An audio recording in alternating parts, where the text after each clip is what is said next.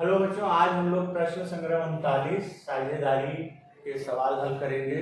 इसके पहले हमने पिछले वीडियो में प्रश्न संग्रह 37 और 38 समानुपात और विलोमानुपात के सवाल लगाए थे।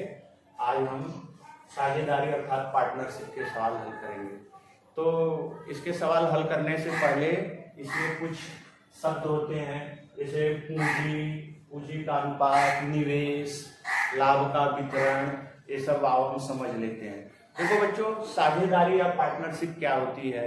जैसे कि जब हम कोई व्यवसाय प्रारंभ करते हैं तो कभी कभी एक व्यक्ति या 2-3 व्यक्ति मिलकर कोई व्यवसाय प्रारंभ करते हैं, बिजनेस करते हैं या दुकान खोलते हैं। तो उसके लिए जो कच्चा माल खरीदना है, तो जो पैसा लगता है उस पैसे को ही पूंजी कहते हैं, और उसी को हम जो पैसा लगाते हैं बिजनेस में उसी को निवेश कहते हैं, पूंजी निवेश। ठीक है। और 2-3 हिस्सेदार हैं, तो कोई कम पैसा लगाया, कोई ज़्यादा पैसा लगाया है, तो सबकी पूंजी एक समान नहीं है, इसलिए उनकी पूंजी का जो निवेश हुआ है उसका अनुपात भी अलग अलग होता है। ठीक है।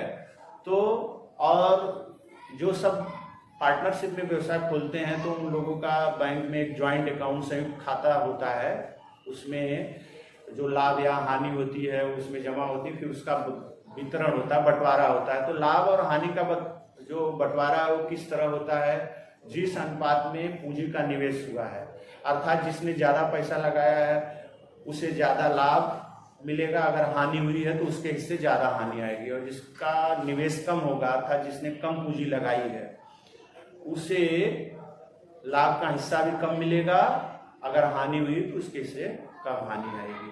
ठीक है। तो इसी से संबंधित हम लोग प्रश्न संग्रह 39 हल करेंगे, बहुत आसान है।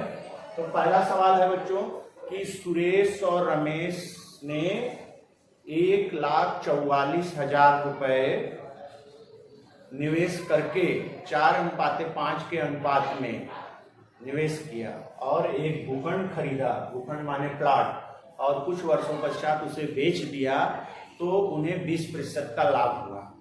तो प्रत्येक के हिस्से लाभ कितना आया, अर्थात सुरेश को कितना लाभ आया और रमेश को कितना लाभ आया। तो इस सवाल में कुल पूंजी अर्थात दोनों ने कितने का वो प्लाट खरीदा, 1,44,000 रुपए का। तो दोनों की कुल पूंजी कितनी है, 1,44,000। माने इसमें सुरेश का भी पैसा लगा है, रमेश का भी लगा है, और पूंजी का अनुपात क्या है, माने दोनों ने का पैसा किस अनुपात में लगा है, 4:5। इसका अर्थ हुआ कि ये जो कुल पूंजी है उसमें से 4 हिस्सा रमेश का है और 5 हिस्सा, 4 हिस्सा सुरेश का है और 5 हिस्सा रमेश का है। अर्थात सुरेश की कम भागीदारी है और उसकी अपेक्षा रमेश की अधिक भागीदारी है, और लाभ कितना हुआ है, 20%। ठीक है। तो सबसे पहले जो लाभ प्रतिशत में हम कुल लाभ निकालेंगे कि वास्तव में कितना लाभ हुआ है। तो कुल लाभ बराबर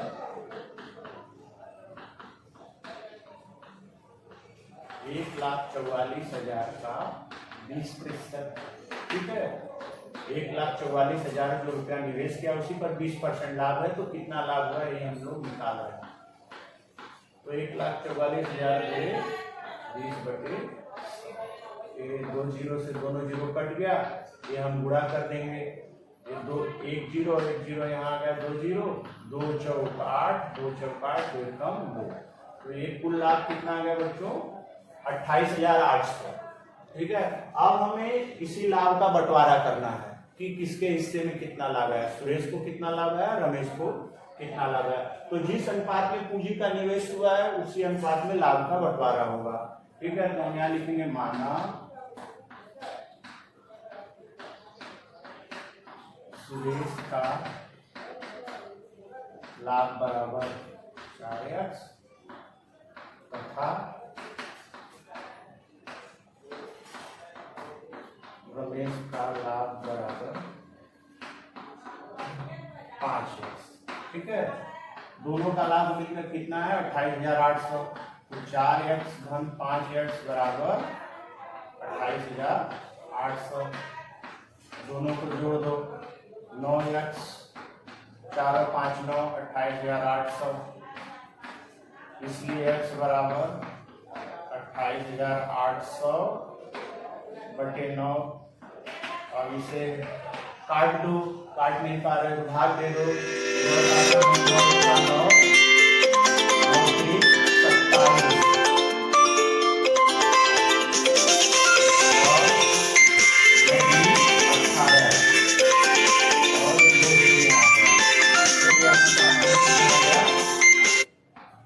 32,000।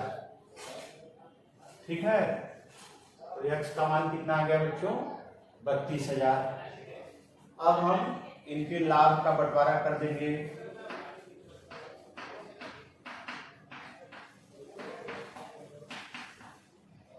सुरेश का लाभ बराबर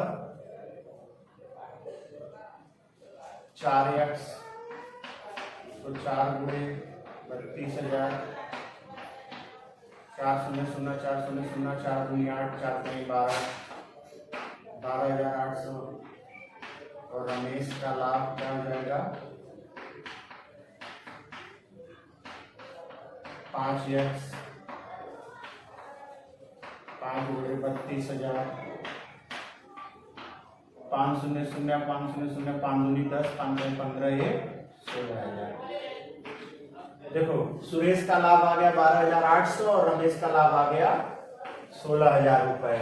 ठीक है, रमेश सुरेश को कम लाभ हुआ है क्योंकि इसका जो अनुपात है 4 है, 4:5 है। सुरेश का हिस्सा कम है, रमेश का हिस्सा ज्यादा है, इसलिए सुरेश को कम लाभ मिला है, रमेश को अधिक लाभ हुआ है। अब 12,800 और 16,000 को जोड़ोगे तो ये 28,800 जो कुल लाभ आ गया। ये पहला सवाल हो गया।